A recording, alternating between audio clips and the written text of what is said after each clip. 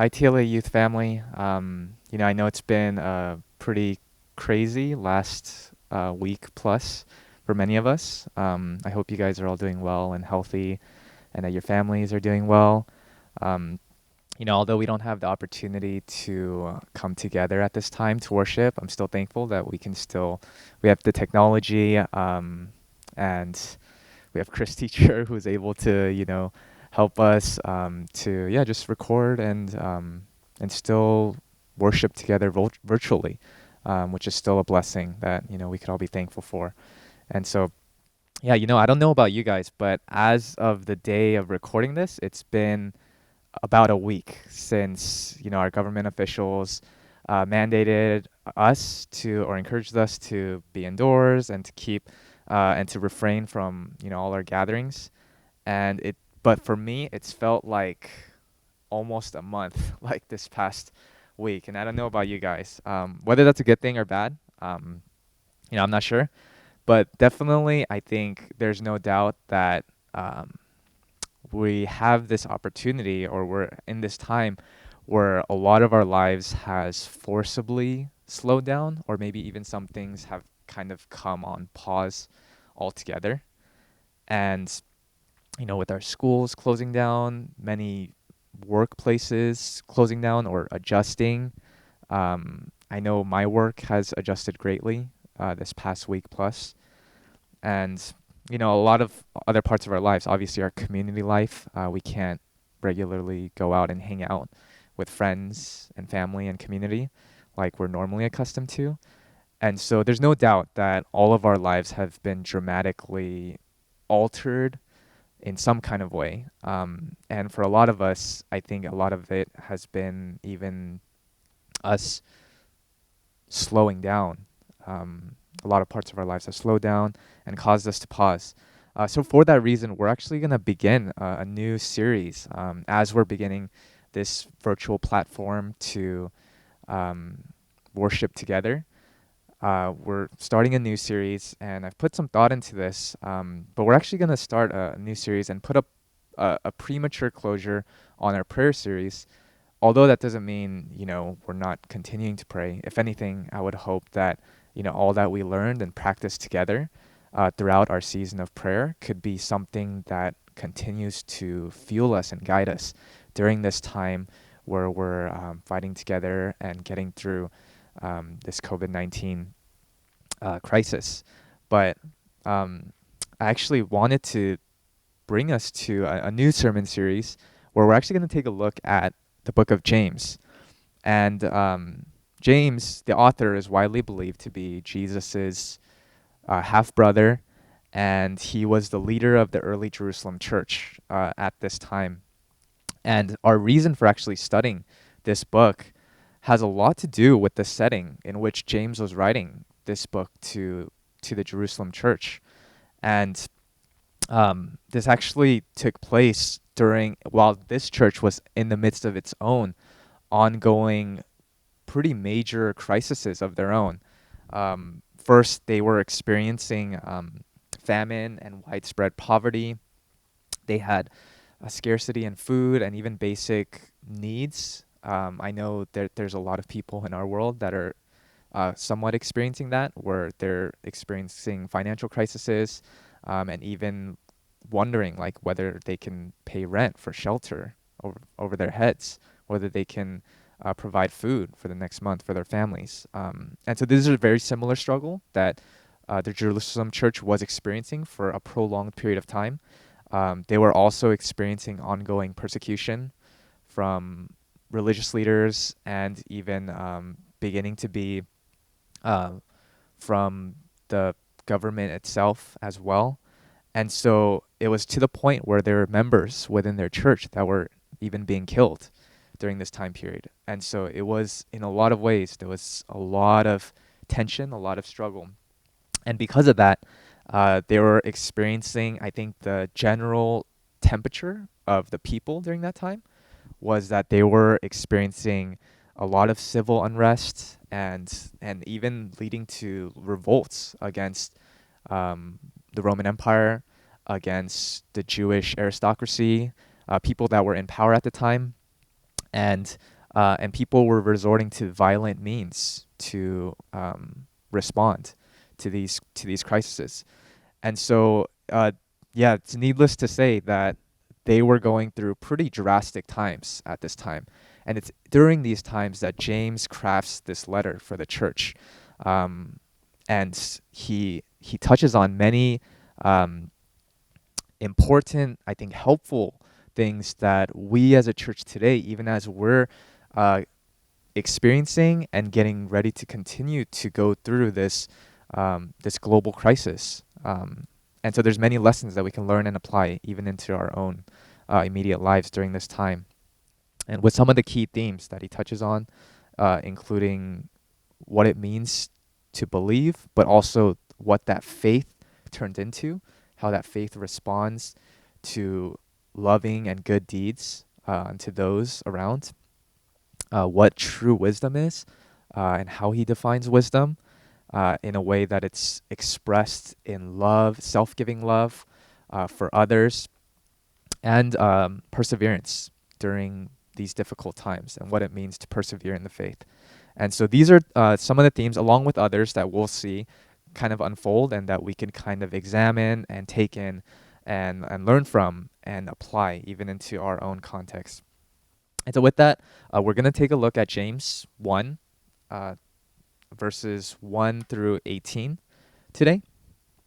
And we'll just kind of work through the entire book. But starting off at this first part, in James 1, he says, James, a servant of God and of the Lord Jesus Christ, to the 12 tribes scattered among the nations, greetings. Consider it pure joy, my brothers and sisters, whenever you face trials of many kinds, because you know that the testing of your faith produces perseverance. Let perseverance finish its work so that you may be mature and complete, not lacking in anything. If any of you lacks wisdom, you should ask God, who gives generously to all without giving fault, and it will be given to you. But when you ask, you must believe and not doubt, because the one who believes is like a wave of sea blown and tossed by the wind. That person should not expect to receive anything from the Lord. Such a person is double-minded and unstable in all that they do. Believers in humble circumstances ought to take pride in their high position, but the rich should take pride in their humiliation, since they will pass away like a wildflower. For the sun rises with the scorching heat and withers the plant. Its blossom falls and its beauty is destroyed.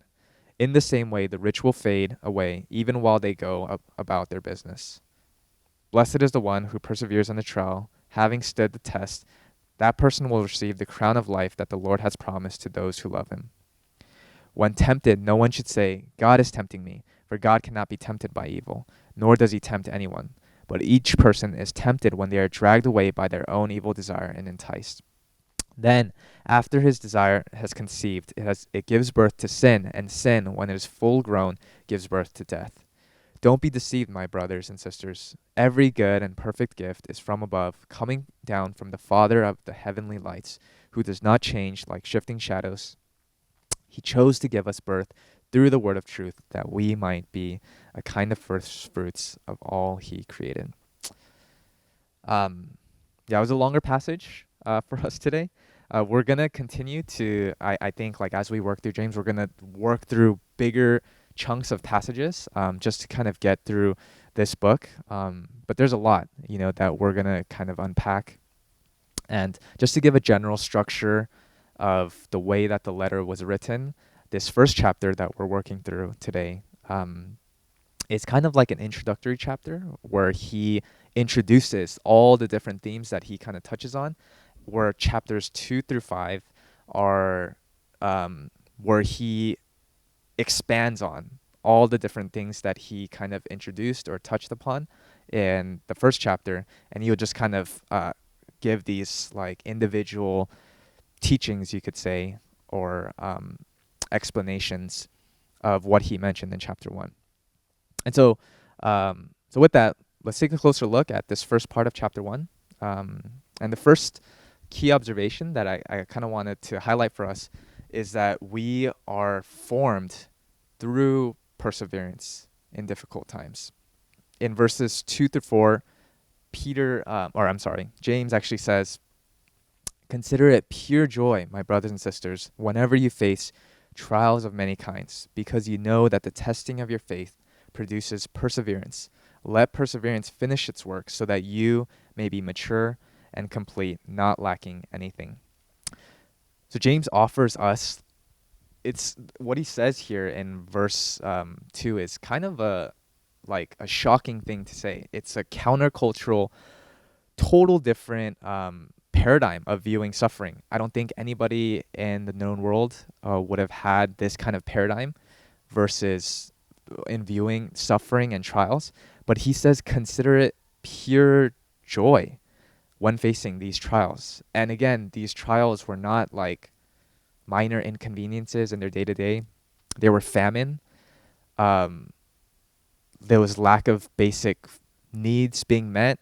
Um, there was again widespread poverty, and we could even infer there was probably a lot of health concerns, sickness maybe as a result of these circumstances, and even death. And we know that I mentioned before, even just persecution and political unrest and social unrest. And so, why then? Why does James? Um, why does he instruct the Jerusalem church to consider it joy during these times, to consider it joy when we face these trials? Verses 3 to 4, he says, because the testing of our faith produces perseverance, and perseverance in difficult times works in us to make us mature and complete, is the reasoning he gives. And so if I could give you this in kind of like mathematical terms or in a formula, he's basically saying these trials or this testing of faith is another way he put it, plus perseverance.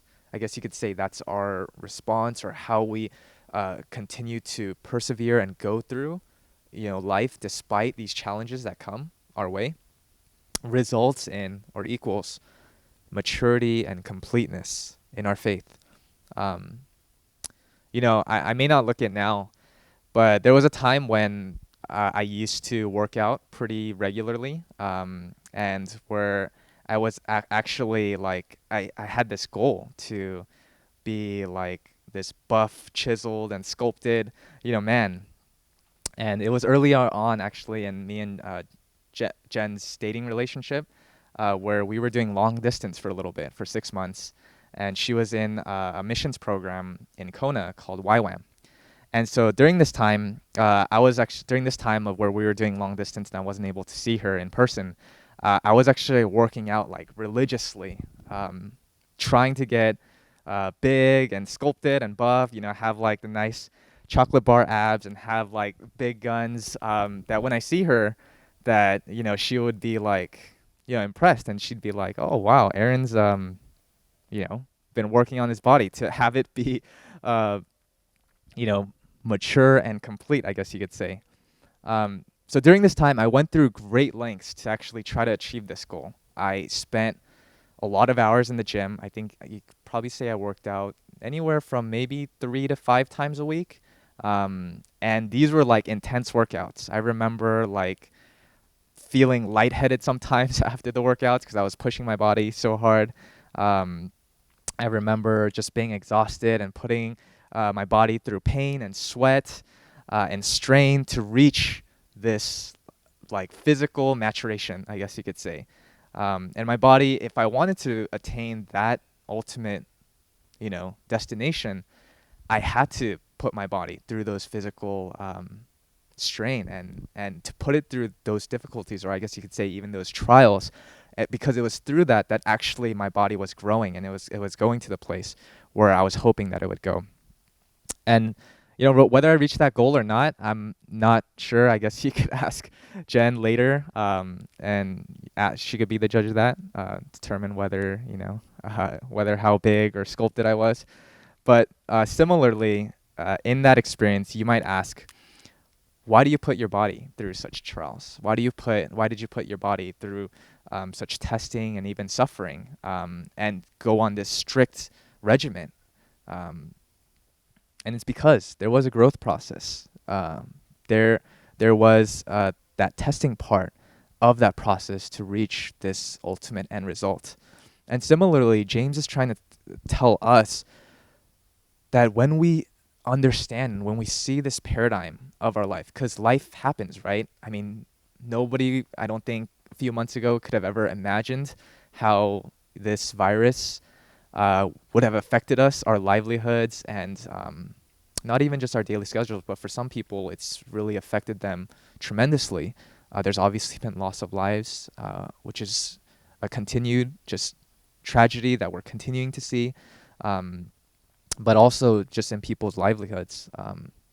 And I don't think anyone would have predicted that, any one of us. But now that it is here and we're experiencing this and we're anticipating to continue to see anticipate experiencing just continued drastic effects as a result of this, on a lot of different levels. James is encouraging us to see our our lens or our paradigm, like viewing these trials or these sufferings or these testing of faith as an opportunity to grow in our perseverance, as an opportunity to grow in that which will ultimately result in greater wholeness and completeness within us as the people of God. And and so it's a total different paradigm. It's a total different way of viewing trials and suffering, but it's one that is consistent with just the Christian worldview, where for us there is a much higher and we believe a much higher purpose, and where we believe in a redemptive God who, although he's not the one that's like causing and inflicting these terrible things to happen, he's the one that could ultimately make even terrible things that happen in our world, and he could work those things for good, and that's what we believe in. The second observation that we have for that I want to point out for this passage is to seek God for His wisdom, especially during these difficult times. I think like it's during these times where a lot of people are confused. A lot of people, I think we see the human condition really being revealed. I think we see human self-centeredness on full display during moments of crisis, where fear is just so where fear grips people, and that's the driving motivation for a lot of people and what they do. I mean, we see that even in just the supermarkets, how people flood the aisles and they try to stockpile, for themselves, and make sure their needs are met, which is not necessarily a bad thing. But we see that everybody doing this on a large scale, and everybody driven by this. And so James instructs us in verse 5, where if any of you lacks wisdom, you should ask God, who gives generously to all without finding fault, and it will be given to you. Later on in the letter, James actually defines what he means by wisdom. So here he instructs us to seek wisdom, to seek God for his wisdom. But then later on, he says in chapter 3, and here's how he defines what he means by wisdom. Who is wise and understanding among you? Let them show it by their good life, by deeds done in the humility that comes from wisdom. But if you harbor bitter envy and selfish ambition in your hearts, do not boast about it or deny the truth. Such wisdom does not come from heaven, but it is earthly, unspiritual, demonic. For where you have envy and selfish ambition, there you find disorder and every evil practice. But the wisdom that comes from heaven is first of all pure, then peace-loving, considerate, submissive, full of mercy and good fruit, impartial and sincere. So this is what James means for us when he says wisdom. This is what he means when he tells us to seek wisdom, to seek God for his wisdom. He advises us to seek this definition of wisdom. And this is the same wisdom that we know that Christ ultimately displayed in his own life, in his ministry, and ultimately in his death on the cross. This is everything that he embodied, and this is what the same kind of wisdom that he calls his followers, his people, us, to continually seek, especially during moments of crisis, especially when we feel the tension, to seek this wisdom that is grounded in love, and to walk out in this wisdom. And um, I don't know how this might look for you, how this might ultimately express itself,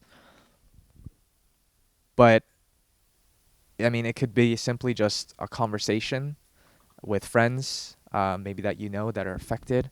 It could be praying for those, whether it's people that or just in general, people abroad that are being affected, vulnerable people groups, um, people that are homeless, people that are elderly, people that are in the medical health field. All these people, those with high risk factors, and other such. I mean, that it could be just as simple as that, to earnestly commit ourselves to really pray for these people. Um, but however it expresses itself, the key thing for us to consider is that when we're seeking this kind of wisdom, is that ultimately that we commit ourselves to pursue this kind of wisdom, and we continue to evaluate ourselves. Is this the kind of wisdom that I'm striving for and living within my own immediate circle, within my own immediate relationships, and within my just regular day-to-day life during this moment of crisis? Or is the wisdom the other type of worldly wisdom, the one that's embedded in selfish desire, and as James says, um, calling it earthly, unspiritual, and demonic, seeking selfish ambition and characterized by envy. Um, that's, I think, going to be a continued battle for us, but we're instructed, continue to seek this, continue to pursue this wisdom, and to live out in this wisdom. And lastly, our third observation is that we're reminded that we're called a new creation. Um, and what I mean by that is that we have a completely new identity, and we have a completely new way of being and living that Christ calls us to. And that could even be a possibility because of Christ. And so when we look at verses 15 through 18, or 14 to 18 rather, he says, each person is tempted when they are dragged away by their own evil desires and enticed. Then, after desire has conceived, it gives birth to sin, and sin, when it is full grown, gives birth to death. Don't be deceived, my dear brothers and sisters. Every good and perfect gift is from above, coming down from the Father of heavenly lights, who does not change like shifting shadows. He chose to give us birth through the word of truth, that we might be a kind of first fruits of all he created. So first here, James describes a type of people that, in a lot of ways, are their way of being and their living is driven by what he calls evil desires. In verse 14, or I might even call it just selfish desires. And these selfish desires, when acted upon, he says that they they give birth to sin. And as sin continues, sin gives birth to death, he says. In contrast, he gives an alternative picture to this picture of a people who are born of God and birthed from the word of truth, he says, in verse 18. And so in many ways, he reminds us of what our true identity is during this time, especially during such a time when external circumstances and pressures maybe are collapsing on us and collapsing on the church, so that they turn away from the new identity that they've been given in Christ, and they revert to old practices. Specifically for the Jerusalem church, it was some of those expressed itself through violent acts of revolt against those in authority. And he'll talk about these things later in throughout the book, or throughout the letter, but they express itself in all sorts of different kinds of ways. But he brings them back and says, "Hey, look, this is your identity as the people of God. This is your new creation, and this is our calling going forward." And so I want to end our time in this video by actually sharing a story that you might be familiar with about a chicken and an eagle. And in this fable or story, there's a farmer that finds an eagle's egg, and he picks it up and he goes to his chickens, and he lays it under one of the hens, and eventually there comes the time passes where it's time for those eggs to hatch, and so with the rest of the chicken eggs, the eagle egg is hatched. And so with all these baby chicks, the baby eagle grows up, and he's being raised by this mother hen, and he learns as he's growing up, and as he's maturing, he learns that his identity is that of a chicken, and so he learns what chickens do. They walk around, they peck on the ground to find food, worms or whatever in the ground. They learn to eat like a chicken does. He learns to fly like a chicken, so only flying in maybe like few feet spurts, but never something where you're soaring in the sky. And he continues to live this life until he grows up to be an adult. But for him, all he knows is from his siblings around and all the other chickens that, unbeknownst to him, he's just a chicken and he lives like a chicken. But one day he actually sees up in the sky, he sees an eagle soaring with its wings spread wide, and he looks up and he asks one of the other chickens. He asks, what's that up in the air? And he says, oh, that's an eagle. They're birds of the sky, but us, we're chickens. We're birds of the ground, and we do what chickens do. And it was in that moment where he had this unresolved inside, and he was asking himself, like, I wonder if there was something more that I was called to be, that I was designed to be. I wonder if there's something more that I'm supposed to live into. And and in that moment, he had to decide for himself, like, I feel like I should be up there. I feel like I should be soaring. And in that moment, he had to decide whether he's going to spread his wings and whether he's going to really take up this identity that he knows is a part of himself.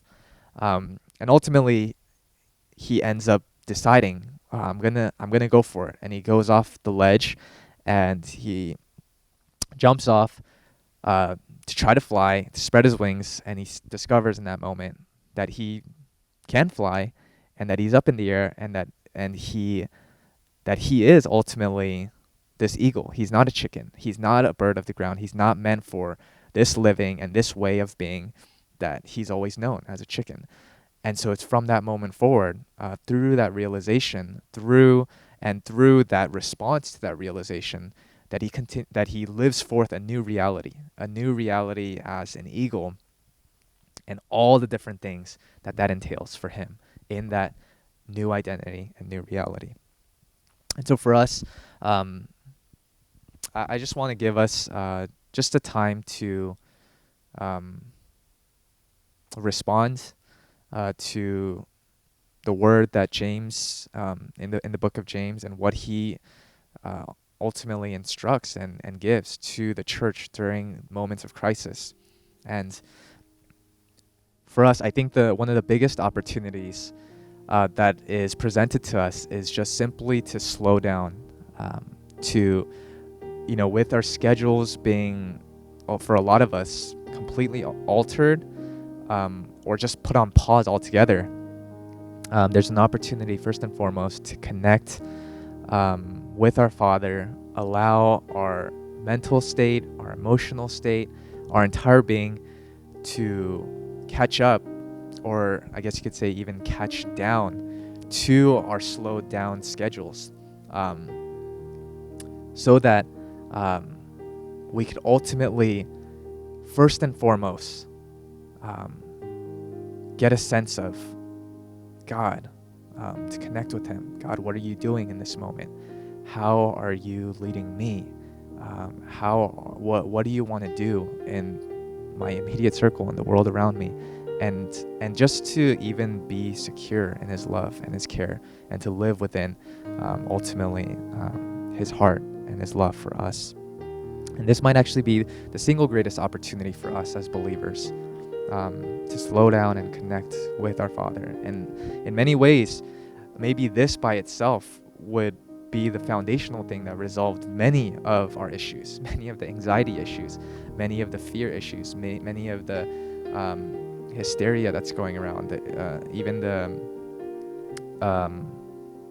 rationality and all these things, is just simply to pause and be present with our Father, and to continually be mindful and to connect with our Father.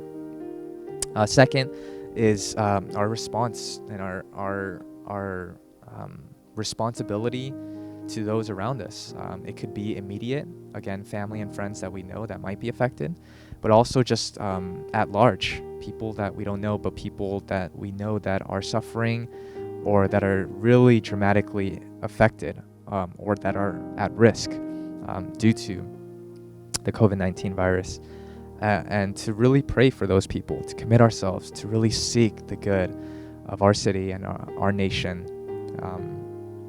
and to really earnestly, continually pray for God's purposes in our world.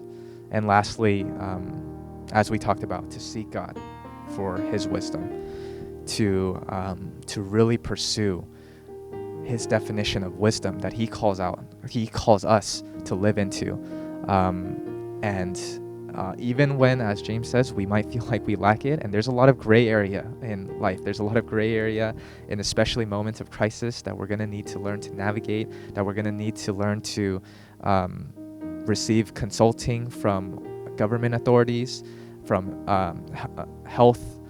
healthcare professionals, from spiritual leaders,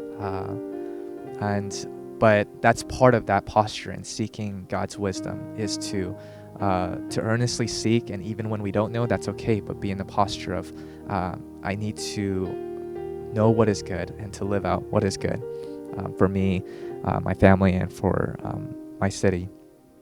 And so with that, I just want to give us just a brief moment, just to take some time to pray, and just wherever you are, in your rooms, your living rooms, just take this moment to really earnestly pray for these things. And afterwards, we're actually going to have a time of virtual small groups together after our live stream service ends. So you guys should have been contacted by your small group leaders, and you guys will have a time of just to connect, fellowship, and discuss over online. And so be on the lookout for that shortly. And I just want to let you guys know that I'm continuing to pray for you guys, your families, and I'll probably see some of you guys in a second in your small groups. So God bless you. I love you guys, and see you soon.